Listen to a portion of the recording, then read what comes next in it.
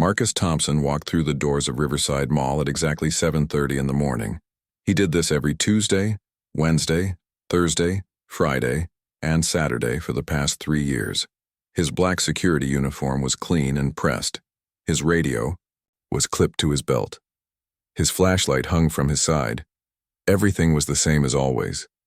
Marcus was 32 years old. He had worked many jobs before this one. He had been a waiter, a delivery driver, and a store clerk. But being a security guard at the mall was the best job he ever had. The pay was good. The hours were steady. Most days were quiet and peaceful. The mall did not open until 10 in the morning, but Marcus had to arrive early. He needed to check everything before the shoppers came. This was his favorite time of day. The mall was empty and silent. His footsteps echoed on the shiny floor. The only sounds were the hum of air conditioning and the distant beeping of cash registers being turned. Marcus started his morning walk at the main entrance. He checked that all the doors were locked properly.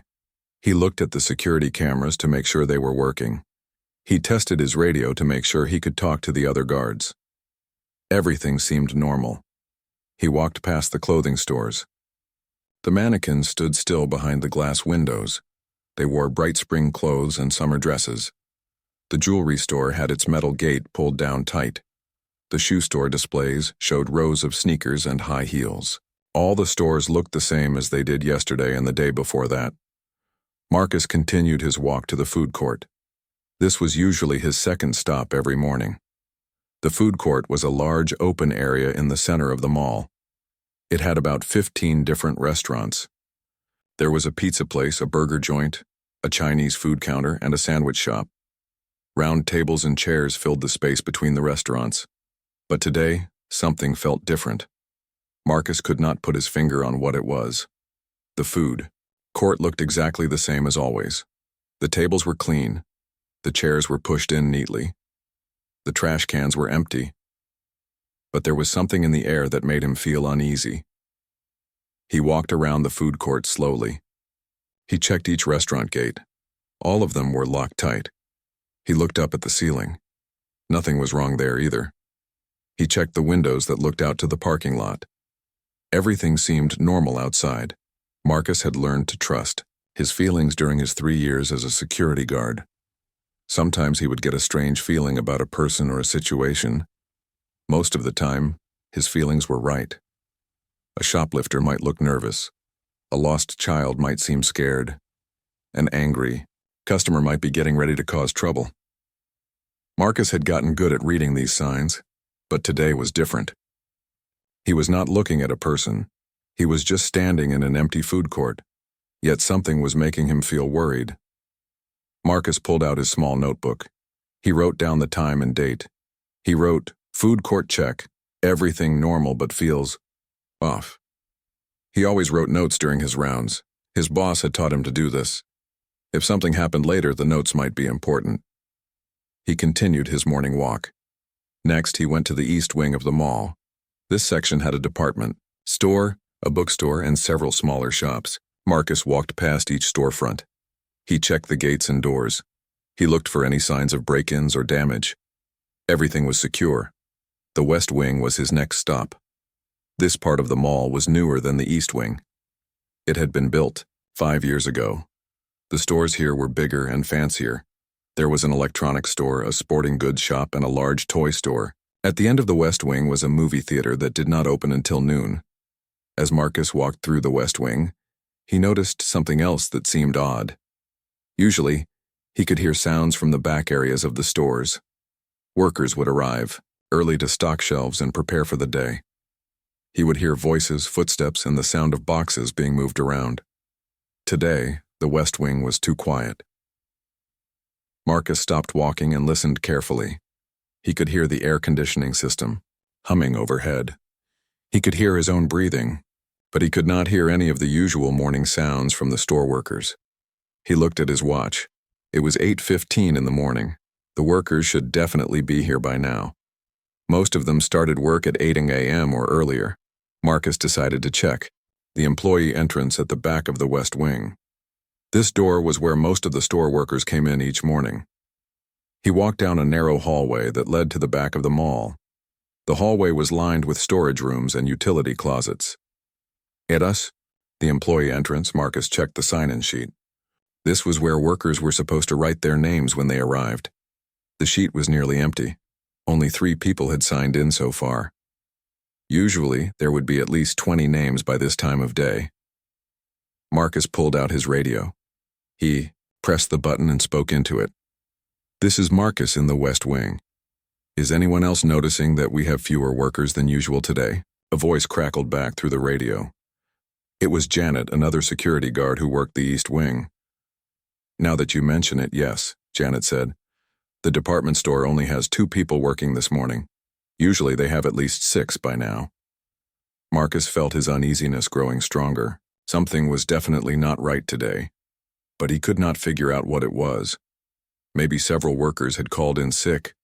Maybe there was some kind of meeting he did not know about. Maybe it was just a coincidence. But Marcus had learned not to ignore his feelings. Even if he could not explain them, they were usually trying to tell him something important.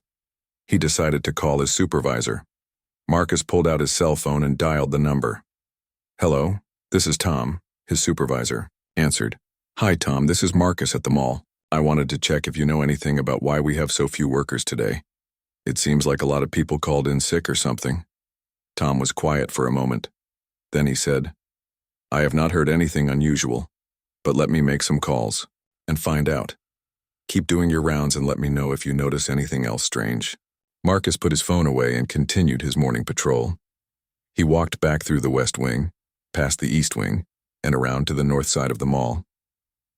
This area had a large anchor store and several smaller shops. Everything looked normal, but the feeling of uneasiness stayed with him. Marcus had no idea that this ordinary Tuesday morning was about to become the most important day of his life. He had no idea that in just a few hours his ability to trust his feelings would save many lives.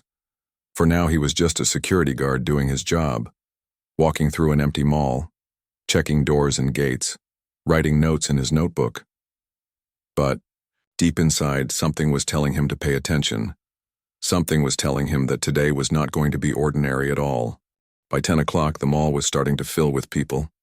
The stores had opened their gates. Shoppers walked through the hallways carrying bags and pushing strollers. The food court was getting busy with the morning coffee crowd. Marcus felt a little better now that the mall was alive with activity. The strange quietness from earlier was gone. Workers were at their jobs. Customers were shopping.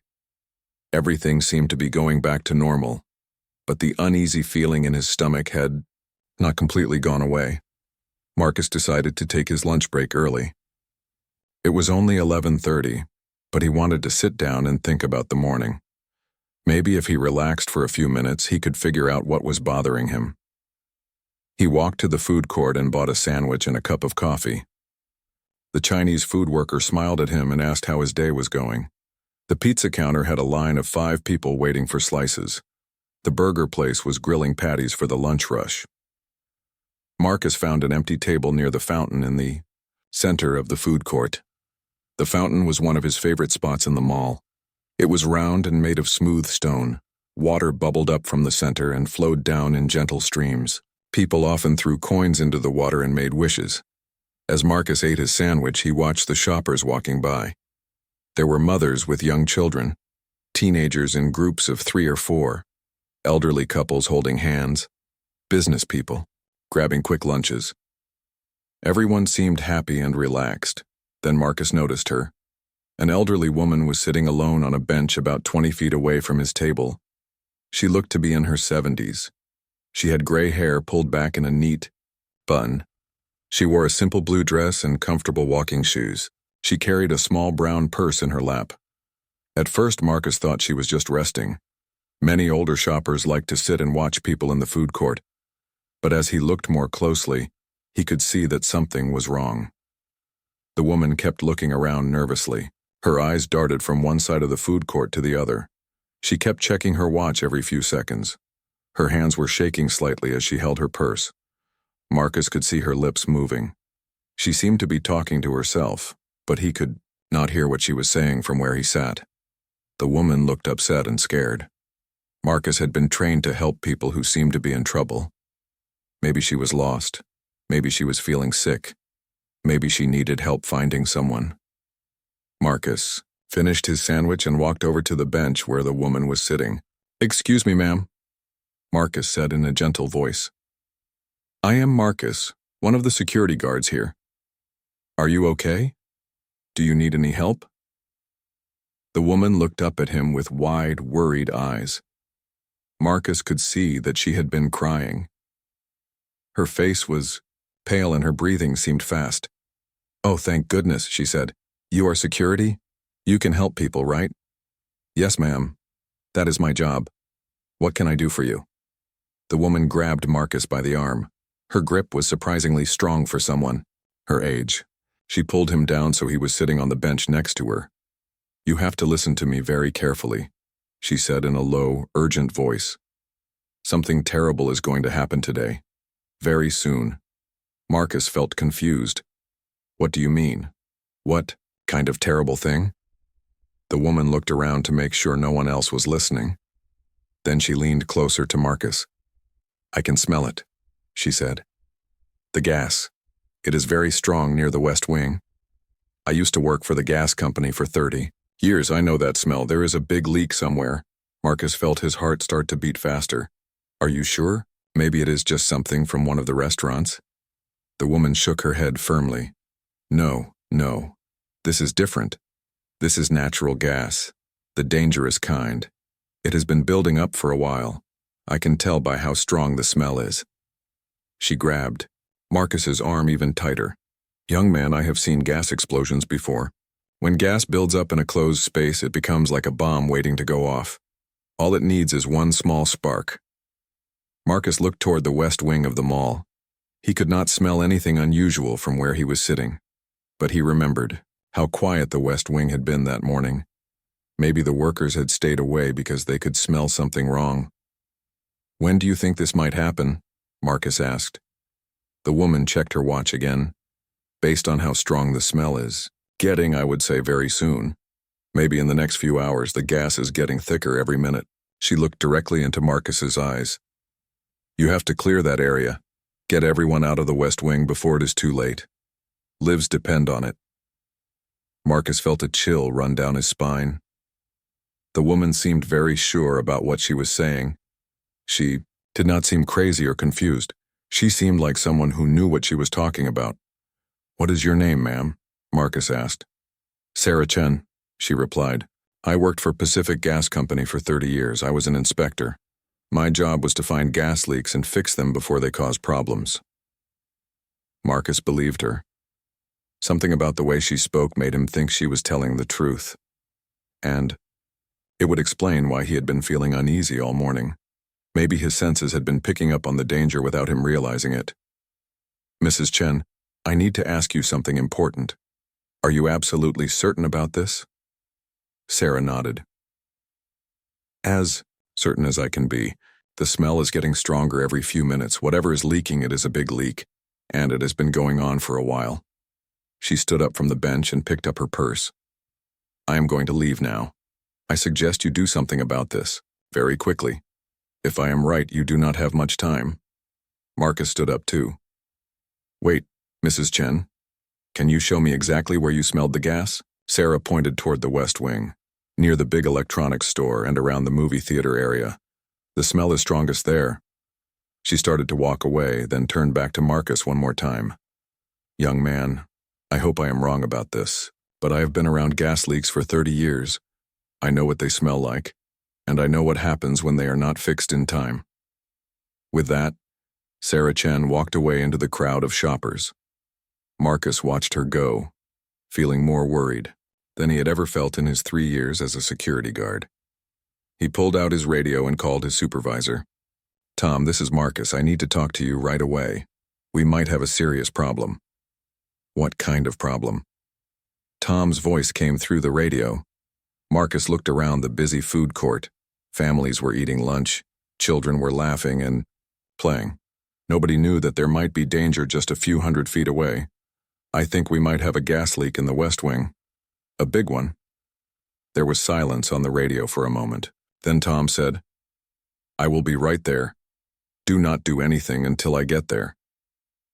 Marcus put his radio away and looked at his watch. It was 12:15 in the afternoon. If Mrs. Chen was right, time was running out. But how could he convince his boss to evacuate part of the mall based on what an elderly stranger had told him? He had no idea that in just a few hours, Sarah Chen's warning would prove to be exactly right, and Marcus would have to make the hardest decision of his life. Tom arrived at the food court 15 minutes later. He was a big man with gray hair and a serious face. He had been working in mall security for over 20 years. Marcus had always respected Tom because he was fair and smart. "Okay, Marcus," Tom said as he sat down at the table. "Tell me exactly what happened." Marcus told him about meeting Sarah Chen. He explained what she had said about the gas leak. He described how she seemed to know what she was talking about. Tom listened carefully. When Marcus finished, Tom was quiet for a long moment. "Did you smell any gas yourself?" Tom asked. "No," Marcus admitted, "but I have been feeling uneasy all morning, and there were hardly any workers in the West Wing today." Tom nodded slowly. "Let me call the maintenance office and see if they know anything about gas work being done in that area." Tom pulled out his phone and made the call. Marcus could hear only one side of the conversation. "Hi, this is Tom from security. Do you have any gas company workers in the building today?" "No." "What about any reports of gas smells?" "No." "Okay, thanks." Tom hung up and looked at Marcus. "Maintenance says they do not know anything about gas work, and no one has reported any smells." Marcus felt disappointed. Maybe he had been wrong to believe Sarah Chen. Maybe she was just a confused old woman. "But," Tom continued, "I think we should check it out anyway. You have good instincts, Marcus, and it is better to be safe than sorry." The two men walked together toward the West Wing. As they got closer, Marcus tried to smell anything unusual. The air seemed normal to him. He could smell pretzels from a snack stand. He could smell coffee from a cafe. But he could not smell any gas. They walked past the electronics store. It was busy with customers looking at phones and computers. They walked past the sporting goods store. A family was buying tennis rackets. Everything looked completely normal. "I do not smell anything," Tom said. Maybe your lady friend was mistaken. Marcus was starting to feel embarrassed. Maybe he had wasted Tom's time. Maybe Sarah Chen had been wrong. They continued walking toward the movie theater at the end of the West Wing. This area was quieter because the first movie showings did not start until 1 p.m. As they got closer to the theater, Marcus noticed something strange. There was a maintenance worker he had never seen before. The man was working on something near the electrical panel on the wall. "Tom," Marcus said quietly, "do you know that maintenance guy?" Tom looked where Marcus was pointing. "No, I do not recognize him. Let me go ask him what he is working on." Tom walked over to the maintenance worker. The man was young, maybe in his 20s. He wore blue coveralls and carried a toolbox. "Excuse me," Tom said. "What are you working on there?" The young man looked nervous when Tom approached him. "Oh, just some routine electrical work, nothing major. I am the head of security here. I was not told about any electrical work today." The maintenance worker's face turned red. "Well, it was kind of a last-minute thing. My boss sent me over to check some connections." Marcus noticed that the man's toolbox was not very full. Most maintenance workers carried lots of tools. This man only seemed to have a few basic items. "What company do you work for?" Tom asked. Reliable maintenance services," the man replied. But he did not look Tom in the eyes when he said it. Tom pulled out his phone. "Let me call your company and verify that you are supposed to be here." The young maintenance worker suddenly looked very worried. "You know what, I think I made a mistake. I think I was supposed to be at a different building today. I should probably go."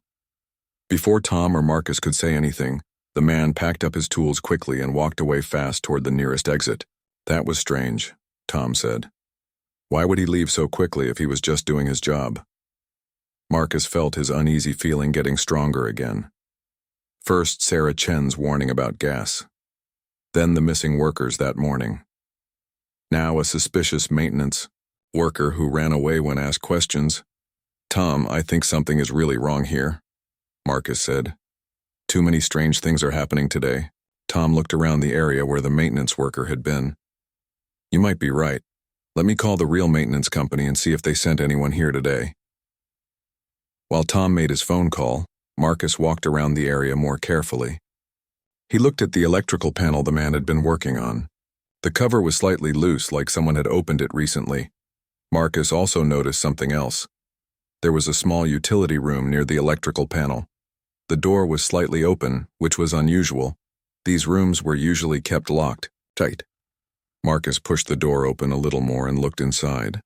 The room was dark, but he could see pipes and electrical equipment, and now for the first time all day he could smell something strange. It was not a strong smell, but it was definitely not normal. It smelled like rotten eggs mixed with something else. Marcus had smelled natural gas before when his stove at home had a small leak. This smell was similar but much stronger. Tom, Marcus called. Come here. I think I found something. Tom finished his phone call and came over to the utility room. The maintenance company says they did not send anyone here today, and they do not know anything about electrical work in this area. Marcus pointed to the open door. Smell inside this room. Tom leaned toward the doorway and took a deep breath. His face changed immediately. That is definitely gas, Tom said, and it is pretty strong. Both men stepped back from the utility room door. Marcus felt his heart beating faster. Sarah Chen had been right. There was a gas leak in the West Wing. We need to call the gas company right away, Tom said, and we should probably start moving people away from this area. Marcus looked at his watch. It was 1:30 in the afternoon. The West Wing was getting busier as more people came for afternoon shopping and movie showings. How many people do you think are in the West Wing right now? Marcus asked. Tom thought for a moment. Probably about 150 people, maybe more. The movie theater alone can hold about 60 people, and they have 3 showings starting soon. Marcus remembered what Sarah Chen had said about gas explosions. When gas builds up in a closed space, it becomes like a bomb waiting to go off. All it needs is one small spark. Tom, what if we do not have time to wait for the gas company? What if this gets dangerous before they can get here? Tom looked serious. Then we will have to make some hard decisions, but let me make the call first and see what they say. As Tom called the gas company, Marcus walked back toward the main part of the West Wing. He watched all the people shopping and eating and going about their normal day. A mother was buying clothes for her baby. Teenagers were looking at video games. An elderly couple was sitting on a bench sharing a snack. None of them knew that there might be danger just a few hundred feet away. None of them knew that a mysterious maintenance worker had been doing something suspicious near a gas leak. None of them knew that time might be running out. Marcus thought about Sarah Chen again. She had been so sure that something terrible was going to happen. She had said that lives depended on clearing the area. Marcus checked his watch again. It was almost 2 p.m. If Sarah was right about the timing, they might not have much time left. The question was, would anyone believe him enough to evacuate the West Wing based on what he had learned so far? He was about to find out that making the right decision would be much harder than he had ever imagined. Tom finished his phone call with the gas company and walked back to where Marcus was waiting. His face looked worried. What did they say? Marcus asked. They are sending someone out, but it will take at least 45 minutes for them to get here. Maybe longer because of traffic. Marcus looked at his watch. It was 2:10 p.m. 45 minutes would make it almost 3 p.m. He remembered that Sarah Chen had seemed very urgent about the timing. She had acted like something bad would happen soon. Tom, I do not think we should wait that long, Marcus said. What if the gas leak gets worse while we are waiting? Tom rubbed his forehead. He looked like he was thinking hard about a difficult problem. Marcus, I understand your concern, but I cannot just evacuate part of the mall without a really good reason. Do you know how much money these stores lose every minute they are closed? Marcus felt frustrated. He knew Tom was thinking about business, but Marcus was thinking about people's safety. What if we just ask people to move away from the utility room area? Marcus suggested. We do not have to close the whole West Wing, just the part near where we smelled the gas. That might work, Tom said. Let me talk to the store managers. and see what they think. Tom went to the electronics store first. Marcus could see him talking to a man in a suit who was probably the manager. The manager kept shaking his head and pointing to all the customers in his store. Next, Tom went to the sporting goods store. The same thing happened. The manager did not want to move people away from part of his store without a very good reason. While Tom was talking to the managers, Marcus noticed something that made him even more worried. The smell of gas was getting stronger. When he walked near the utility room, he could smell it even with the door closed. Marcus also noticed that some of the shoppers seemed to be acting strangely. A woman near the movie theater kept coughing. A man walking past the utility room stopped and looked around like he was trying to figure out where a smell was coming from. At 2:25 p.m., Marcus made a decision. He could not wait any longer for permission from managers or for the gas company to arrive. If Sarah Chen was right, and if the gas leak was getting worse, people could be in real danger. Marcus pulled out his radio and called Janet, the other security guard. "Janet, this is Marcus. I need you to come to the West Wing right away. We have a situation." "What kind of situation?" Janet replied. "I think we have a gas leak that might be dangerous. I need help moving people away from this area." "Are you sure about this, Marcus? That is a pretty serious thing to say." Marcus looked around at all the people shopping and walking around. He thought about Sarah Chen's warning. He thought about the fake maintenance worker. He thought about the smell getting stronger. "Yes, I am sure. Please come help me." Janet arrived 5 minutes later. She was a small woman with short black hair. She had been working security for about 2 years. Marcus trusted her to help him. "Do the right thing. Show me where you smell the gas," Janet said. Marcus led her to the utility room. Janet took one smell and her eyes went wide. "Oh wow, that is really strong," she said. "This could definitely be dangerous. Janet, I am going to start moving people away from this area. I know I do not have permission, but I think it is the right thing to do." Janet nodded. "I agree. Let me help you." Marcus and Janet started approaching people near the utility room and the movie theater. They tried to be calm and polite. "Excuse me," Marcus said to a family looking at the movie show times. "We are having a small maintenance problem in this area. Could you please move to the other side of the mall for a little while?" The father of the family looked confused. "What kind of maintenance problem?" Marcus did not want to say the word gas because that might cause panic. "Just some utility work. It should not take long." Most people were willing to move when Marcus and Janet asked politely, but some people asked questions that were hard to answer. "Why do we have to move?" asked a teenager who was playing video games in the electronics store. "Is this area dangerous?" asked an elderly man. "How long will this take?" asked a woman who was shopping for shoes. Marcus tried to answer their questions without causing fear. But it was getting harder as more people started to notice what was happening. At 2:45 p.m., the manager of the electronics store came over to Marcus. He looked angry. "What are you doing?" the manager demanded. "You are telling my customers to leave. You do not have the authority to do that." "Sir, we have a possible gas leak near here. I am just trying to keep people safe until the gas company can check it out." "I do not smell any gas," the manager said. "And even if there is a small leak, that does not mean you can shut down my store." The manager pulled out his cell phone. "I am calling your boss. This is ridiculous." Marcus knew he was going to get in trouble, but he also knew that he was doing the right thing. The smell of gas was definitely getting stronger. And he remembered Sarah Chen's words about how gas explosions happen when gas builds up over time.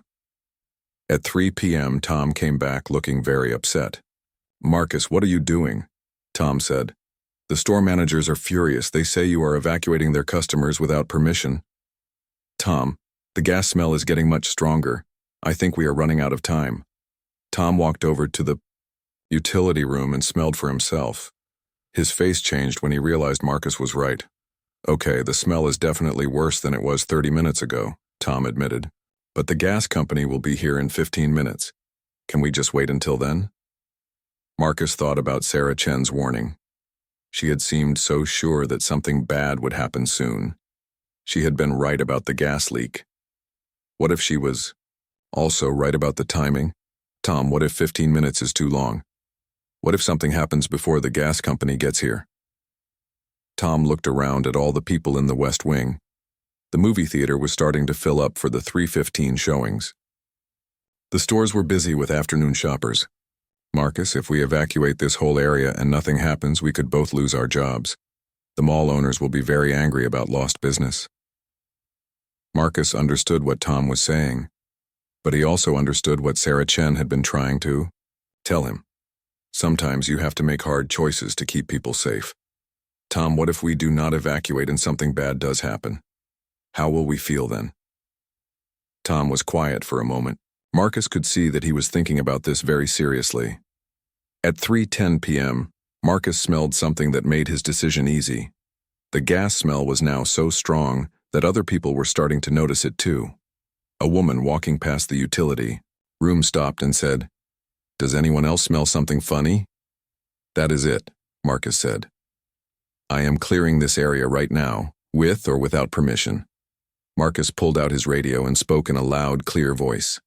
"Attention all security personnel. We have a gas emergency in the West Wing. I need everyone to help evacuate this area immediately. This is not a drill." Tom looked at Marcus with surprise. "Marcus, are you sure about this? Once you make that announcement, there is no going back." Marcus thought about all the people around him. He thought about Sarah Chen's warning.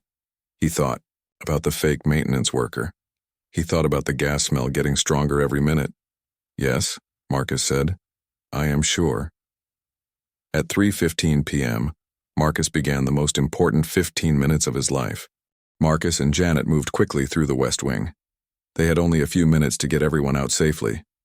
Marcus tried to stay calm, but his heart was beating very fast. "Everyone needs to move to the East Wing right now," Marcus announced, loudly. "We have a gas leak that could be dangerous." When people heard the word gas, they started to understand how serious this was. Most people began moving toward the exits right away. But some people moved slowly because they did not understand the danger. "Why do we have to leave right now?" asked a woman with 3 small children. "Can we just finish shopping first?" "Ma'am, this is an emergency," Marcus said. "Please take your children and go to the other side of the mall immediately." Janet was helping people at the movie theater. About 40 people had come to see the 3:15 movies. They were confused about why they had to leave. "We just bought our tickets," complained a teenage boy. "Can we get our money back?" "You can worry about the tickets later," Janet said firmly. "Right now, you need to get out of this area as fast as possible." The electronics store was the hardest to evacuate. It had about 30 customers looking at phones, computers, and televisions. The manager was still angry about losing business. "This is ridiculous," the manager said to Marcus. "I do not think there is any real danger here." "Sir, I can smell the gas getting stronger every minute," Marcus replied. "Please help me get your customers to safety." Reluctantly, the manager began telling people they had to leave the store. Most customers left quickly when they heard there was a gas leak, but a few people complained about having to come back later. At 3:25 p.m., Marcus could smell the gas even in the main hallway of the West Wing. It was no longer just near the utility room. The smell was spreading through the air conditioning system. "Janet, we need to move faster," Marcus called out. "The gas is getting into the ventilation system." Marcus ran to the sporting goods store. There were about 20 people inside looking at exercise equipment and sports clothes. "Everyone out," Marcus shouted. "Gas leak emergency. Move to the East Wing now." The people in the sporting goods store could smell the gas too. They dropped what they were doing and started walking quickly toward the exit. At 3:30 p.m., Tom finally decided to help with the evacuation. He had been on the phone with his boss trying to explain what was happening, but when he smelled how strong the gas was getting, he realized Marcus was right. "Marcus, I just called 911, Tom said. "The fire department is on their way. How many people do we still have in this area?" Marcus looked around quickly. Most of the stores were empty now, but there were still a few people who were moving slowly or did not understand the danger. "Maybe 10 or 15 people," Marcus said. "We need to get them out in the next few minutes." Janet ran over to Marcus and Tom. "There is an old man in the bookstore who says he does not want to leave. He says he is not afraid of a little gas smell. Marcus ran to the bookstore. He found an elderly man sitting in a chair reading a magazine. The man looked up when Marcus approached. "Sir, you need to leave this area right now," Marcus said. "We have a serious gas leak." "Young man, I have been around a lot longer than you," the old man replied. "I have smelled gas before. This does not seem that bad to me." Marcus could smell the gas very strongly now, even in the bookstore. He knew they were running out of time. "Sir, I am not asking you to leave. I am telling you that you must leave. This is a life or death situation." Something in Marcus's voice made the old man realize this was serious. He put down his magazine and stood up. Okay, I will go." At 3:35 p.m., Marcus did one final check of the West Wing. The stores were empty. The movie theater was empty. The hallways were clear of people. Marcus, Janet, and Tom were the last three people in the West Wing. They stood at the entrance to the area and looked back to make sure no one was left behind. "I think we got everyone," Janet said. Marcus looked at his watch. It was 3:40 p.m. Sarah Chen had said something about the time 3:47. Marcus wondered if she had been trying to tell him exactly when the danger would be greatest. "We should get out of here too," Marcus said. "If this gas leak is as bad as I think it is, we do not want to be here when something goes wrong." The three security guards walked quickly toward the East Wing. Behind them, the West Wing was empty and quiet, but Marcus could still smell the gas, and it seemed to be getting stronger every minute. At 3:45 p.m., they reached the main entrance to the East Wing. Marcus turned back to look at the West Wing one more time.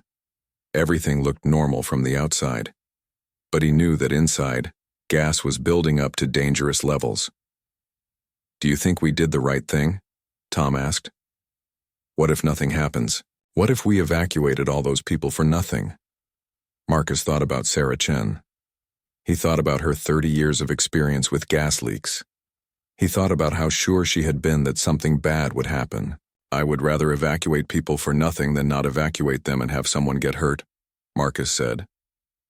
At 3:46 p.m., Marcus heard the sound of fire trucks arriving in the parking lot. The emergency responders were finally here, but Marcus wondered if they were too late to stop whatever was about to happen. Marcus looked at his watch one more time. It was 3:46 p.m. In 1 minute, it would be exactly the time Sarah Chen had mentioned.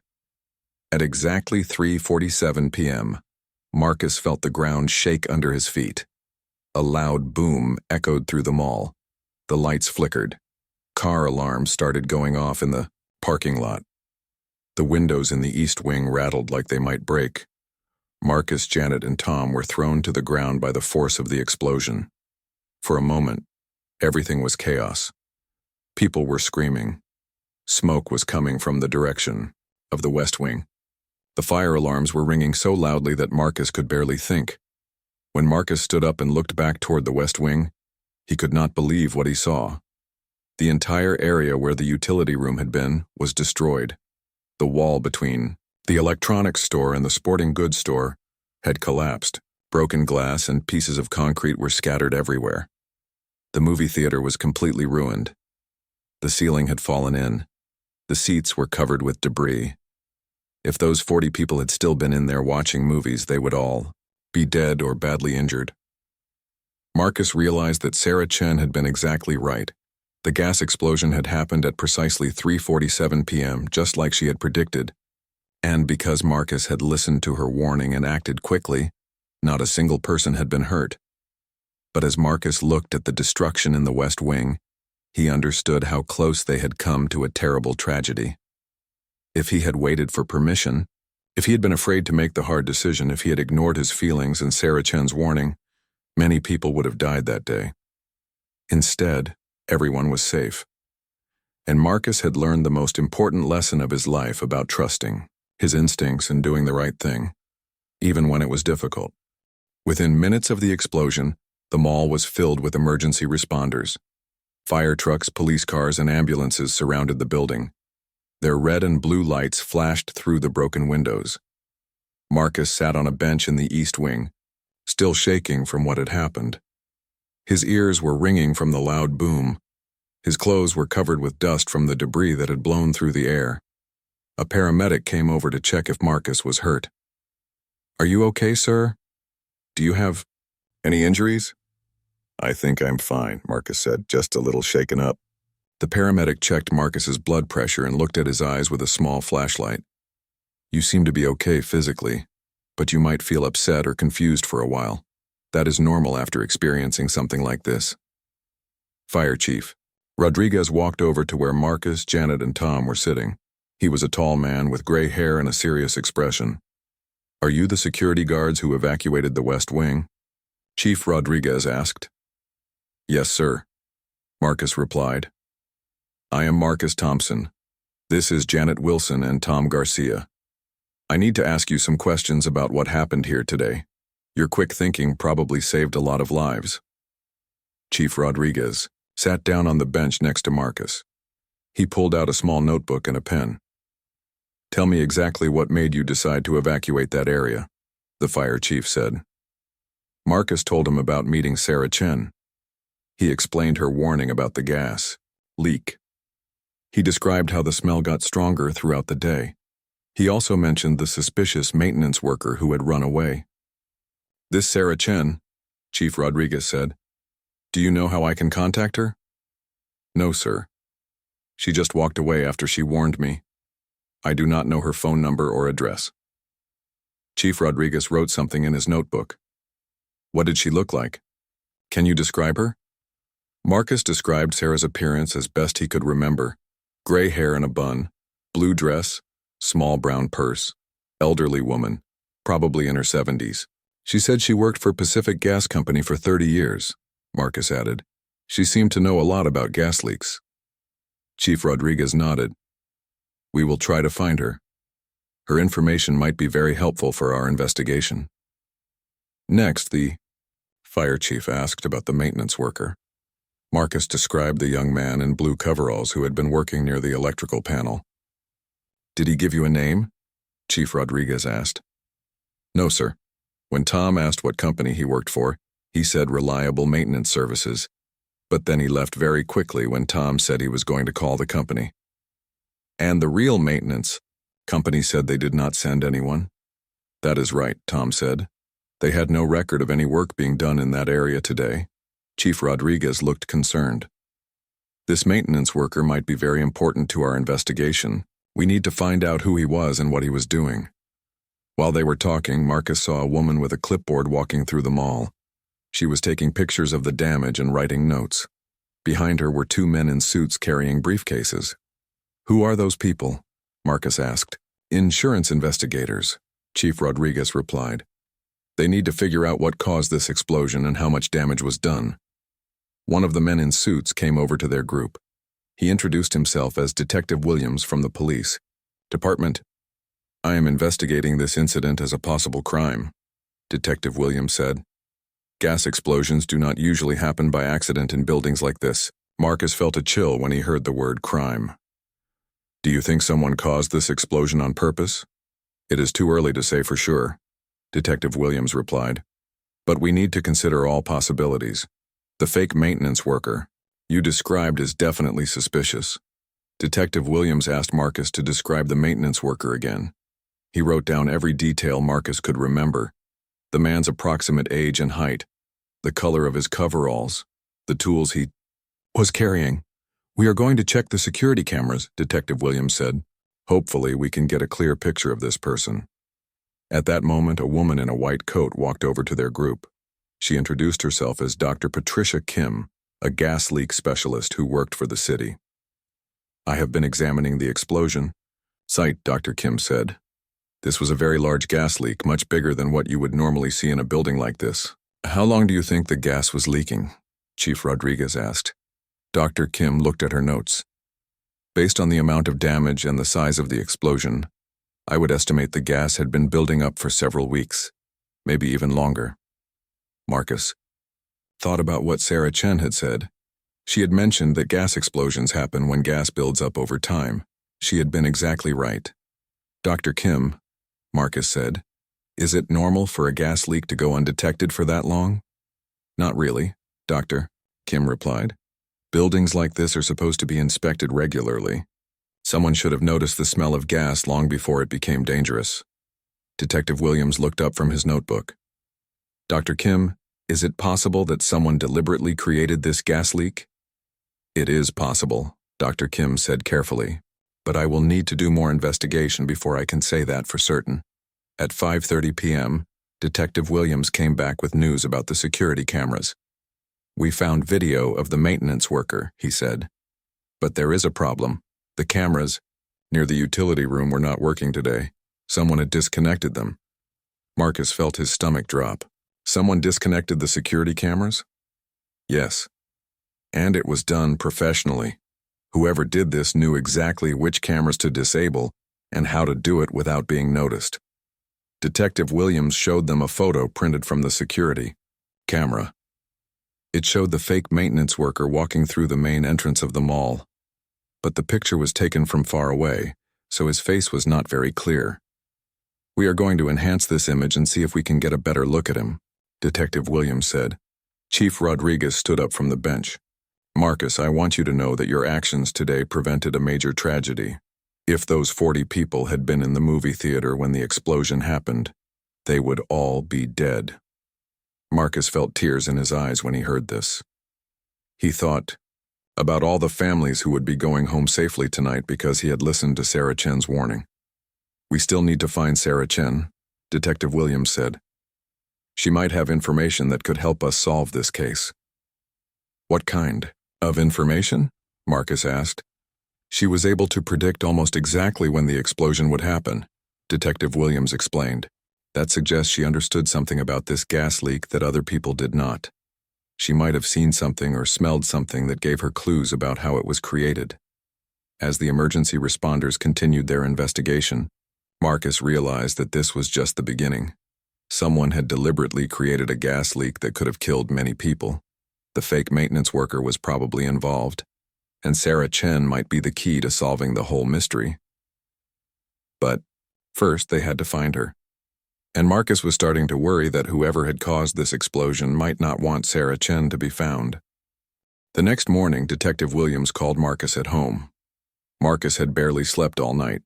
Every time he closed his eyes, he could hear the sound of the explosion. Marcus, we found Sarah Chen, Detective Williams said. Can you come to the police station? We need you to identify her and hear what she has to say. Marcus drove to the police station as quickly as he could. He was very curious to learn more about the woman who had saved so many lives with her warning. Detective Williams led Marcus to a small room where Sarah Chen was sitting at a table. She looked exactly the same as she had the day before. Gray hair in a neat bun, simple clothes, and a calm expression. Mrs. Chen, this is Marcus Thompson, the security guard you spoke to yesterday, Detective Williams said. Sarah smiled when she saw Marcus. Hello, Marcus. I'm so glad you listened to my warning. I heard on the news that everyone got out safely. Mrs. Chen, how did you know exactly when the explosion would happen? Marcus asked. Sarah's expression became more serious. I need to tell you both something important. I did not just smell the gas by accident. I was looking for it. Detective Williams leaned forward. What do you mean you were looking for it? Sarah took a deep breath before she continued. For the past 2 months, I have been investigating problems with gas line inspections in this city. I used to work for Pacific Gas Company, and I still have friends there. They told me that some inspection reports were being falsified. Falsified? How? Detective Williams asked. Someone was signing off on gas line inspections without actually doing the work, Sarah explained. Buildings that should have been checked for leaks were marked as safe when they had never really been inspected. Marcus felt shocked. You mean this gas leak could have been prevented if someone had done their job properly? Exactly, Sarah said. And yesterday I went to Riverside Mall specifically to check if there were any gas leaks that had been missed. Detective Williams was writing everything down in his notebook. Mrs. Chen, do you know who was falsifying these inspection reports? Sarah nodded. A company called Reliable Maintenance Services.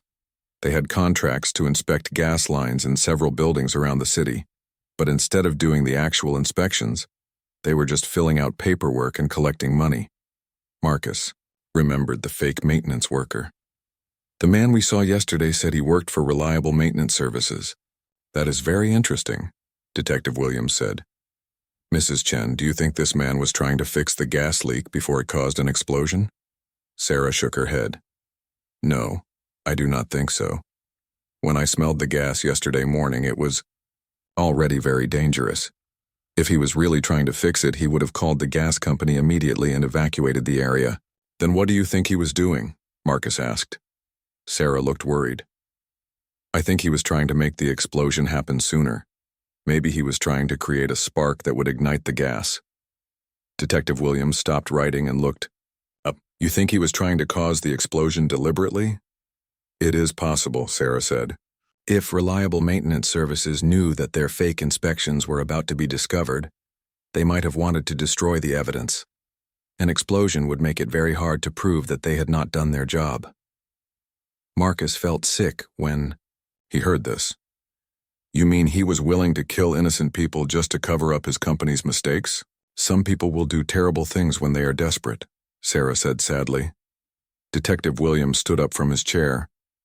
Mrs. Chen, we need you to come with us to the district attorney's office. This information could be the key to solving not just yesterday's explosion, but a much bigger case of fraud and endangerment.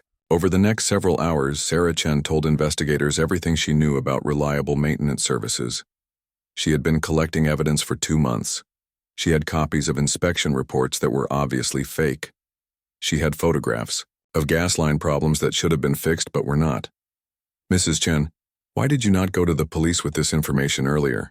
Detective Williams asked. I tried to, Sarah replied, but I needed more proof. Gas line fraud is very hard to prove because most people do not understand how gas systems work. I wanted to have enough evidence that no one could ignore it. And then yesterday you found the proof you needed at the mall? Yes. The gas leak at Riverside Mall was exactly the kind of problem that should have been caught during a routine inspection. When I smelled how bad it was, I knew that no real inspector had been in that building for months. Detective Williams showed Sarah the security camera photo of the fake maintenance worker. Do you recognize this man? He asked. Sarah studied the photo carefully. I think this might be Kevin Walsh. He works for Reliable Maintenance Services. I have seen him before when I was investigating their other properties. Mrs. Chen, if this is Kevin Walsh and if he was trying to cause the explosion deliberately, then we are talking about attempted murder, Detective Williams said. At 2:00 p.m., Detective Williams got a phone call that changed everything. Marcus and Sarah could only hear one side of the conversation, but they could tell it was important news. Yes, I understand, Detective Williams said into the phone. How many buildings? Okay, we will be right there. He hung up and turned to Marcus and Sarah. That was the fire department. They have been checking other buildings that were supposedly inspected by Reliable Maintenance Services. They found gas leaks in 6 more buildings around the city. Marcus felt his heart racing. 6 more buildings with gas leaks? Yes. And all of them had inspection reports saying they were safe. If Mrs. Chen had not come forward with her information, we might have had 6 more explosions. Detective Williams gathered his papers and headed for the door. We need to evacuate those buildings immediately, and we need to arrest Kevin Walsh and everyone else at Reliable Maintenance Services before they can destroy any more evidence. As they left the police station, Marcus realized how much bigger this case was than he had originally thought. What started as one woman's warning about a gas smell had uncovered a massive fraud that put thousands of people in danger. Mrs. Chen, Marcus said as they walked to the parking lot, if you had not been investigating this company, and if you had not warned me yesterday, a lot of people could have died. Sarah smiled, but she still looked worried. Marcus, the scary part is thinking about how many other companies might be doing the same thing. How many other buildings might have dangerous gas leaks that no one knows about? Marcus thought about all the places he went every day. His apartment building, the grocery store, his friends' houses. He wondered how many of them had been properly inspected and how many might be accidents waiting to happen. At least now we know about this problem, Marcus said, and we can do something to fix it. But as they drove toward the first building that needed to be evacuated, Marcus could not shake the feeling that Kevin Walsh and Reliable Maintenance Services were just the beginning of a much bigger and more dangerous problem. 3 months after the explosion at Riverside Mall, Marcus Thompson stood on a stage in front of hundreds of people. He wore his best suit and tried not to feel nervous about all the cameras pointing at him. Mayor Johnson stepped up to the microphone. Today, we are here to honor 2 people who showed extraordinary courage and saved many lives. Their quick thinking and willingness to act prevented what could have been one of the worst tragedies in our city's history. Marcus looked out at the audience. He could see his family in the front row. His mother was crying happy tears. His father was smiling proudly. His sister was taking pictures with her phone. Marcus Thompson was just doing his job as a security guard when he received an unusual warning from a stranger. Mayor Johnson continued. Most people might have ignored such a warning, but Marcus chose to trust his instincts and take action, even when it meant risking his career and facing criticism from others. The mayor turned to face Marcus. Marcus, your decision to evacuate the west wing of Riverside Mall at 3:15 p.m. on March 15th saved approximately 150 lives. If you had not acted when you did, the explosion at 3:47 p.m. would have killed or injured dozens of innocent people. The audience applauded loudly. Marcus felt overwhelmed by all the attention. He still sometimes could not believe that his ordinary day as a security guard had turned into something so important. Mayor Johnson called Sarah Chen to join them on the stage. She walked up slowly, using a cane to help her balance. At 73 years old, Sarah had become one of the most famous people in the city. Sarah Chen spent 30 years working to keep our community safe from gas leaks and other utility hazards, Mayor Johnson said. After she retired, she could have simply enjoyed her golden years. Instead, she chose to continue protecting people by investigating dangerous practices in the inspection industry. Sarah smiled and waved to the audience. She looked much more comfortable with the attention than Marcus felt. Mrs. Chen's investigation uncovered a massive fraud scheme that put thousands of people at risk, the mayor continued. Her expertise and determination led to the discovery of gas leaks in 15 buildings throughout our city.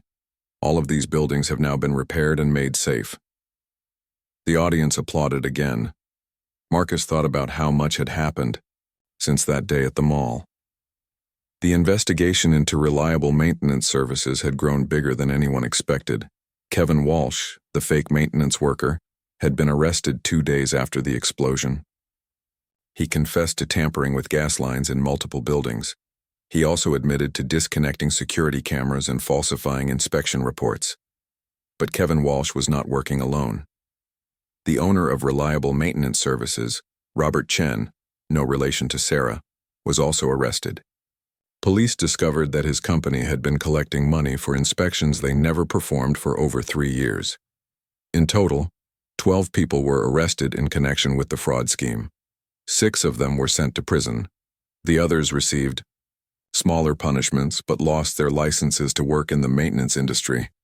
Marcus and Sarah, Mayor Johnson said, you did not just save lives on March 15th. Your actions led to the discovery of a criminal conspiracy that could have caused multiple disasters throughout our city. Marcus thought about the other buildings that had been evacuated after the mall explosion. 3 of them had gas leaks so serious that they could have exploded at any time. 2 apartment buildings with over 200 residents had been quietly evacuated and repaired without anyone getting hurt. The mayor presented Marcus with a medal for heroic service. The medal was heavy and shiny, and it had his name engraved on the back. Marcus had never received an award for anything before in his life. Sarah Chen received a special recognition award for her investigation work. The city also announced that they were creating a new program called Chen's Watch to train citizens to recognize and report gas leaks and other safety hazards. After the ceremony, Marcus and Sarah talked to reporters from several newspapers and television stations. Marcus, how did you know to trust Sarah's warning? Asked a reporter from Channel 7 News. I had been feeling uneasy all morning, Marcus replied. When Mrs. Chen told me about the gas leak, it explained why I was feeling that way.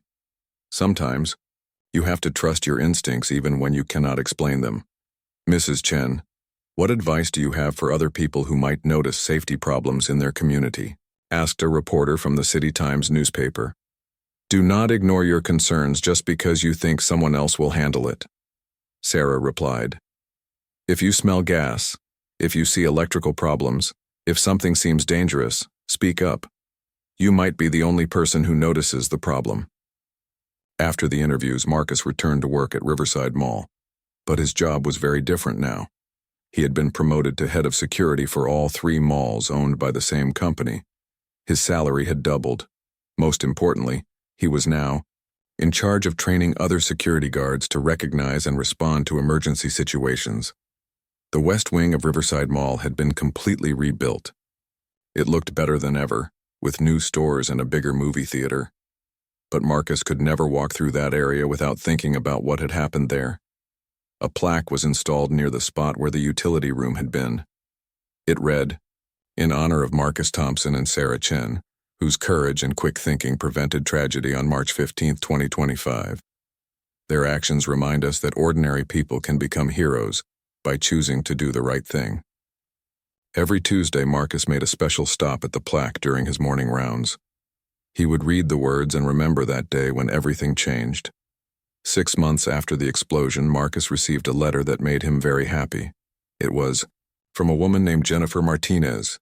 "Dear Mr. Thompson," the letter began, "you do not know me, but I wanted to thank you for saving my daughter's life. She was in the movie theater at Riverside Mall on March 15th when you evacuated the building. She is only 12 years old, and she wants to be a security guard like you when she grows up. Your example has shown her that heroes are real people, who make brave choices when others need help." Marcus kept that letter in his desk drawer. Whenever he had a difficult day at work, he would read it and remember why his job was so important. Sarah Chen continued her safety investigation work, but now she had official support from the city government. She was hired as a consultant to help improve inspection procedures throughout the region. Her work led to new laws requiring better training for maintenance workers and stricter penalties for companies that falsify safety reports. 1 year after the explosion, Marcus and Sarah were invited to speak at a national conference about emergency preparedness. Security guards, police officers, and safety inspectors from all over the country came to hear their story. "The most important thing we learned," Marcus told the audience, "is that preventing disasters requires ordinary people to pay attention and act when something seems wrong. You do not need special training or official authority to help keep people safe. You just need to care about others and be willing to take action." Sarah added, "Many tragedies happen because someone noticed a problem but did not speak up. Do not wait for someone else to report a gas leak or a safety hazard. Do not assume that someone in authority already knows about the problem. Trust your senses and trust your concerns." As Marcus and Sarah left the conference, they talked about how their lives had changed since that day at the mall. "Do you ever wonder what would have happened if we had not met that day?" Marcus asked. Sarah thought for a moment. "I think we were meant to meet. You needed someone to explain what you were sensing. I needed someone who was willing to act on my warning. Together, we were able to prevent a terrible tragedy." Marcus nodded. "I used to think that being a hero meant doing something big and dramatic. Now I know that being a hero just means doing the right thing even when it is difficult or scary." Today, Marcus Thompson continues to work in security. He has trained hundreds of other guards to trust their instincts and respond quickly to emergencies. He has helped prevent 3 other potential disasters by recognizing problems early and taking action. Sarah Chen, now 74, still volunteers. Her time to inspect buildings and teach others about gas safety. She has written a book about her experiences that is used to train safety inspectors across the country. Both Marcus and Sarah know that their story could happen to anyone. Every day, people notice things that seem wrong or dangerous. The difference between a tragedy and a success often comes down to whether someone is willing to speak up and take action. Their message is simple: trust your instincts, listen to warnings from others, and never be afraid to do the right thing. You never know when you might be the person who saves lives by making a brave choice at exactly the right moment.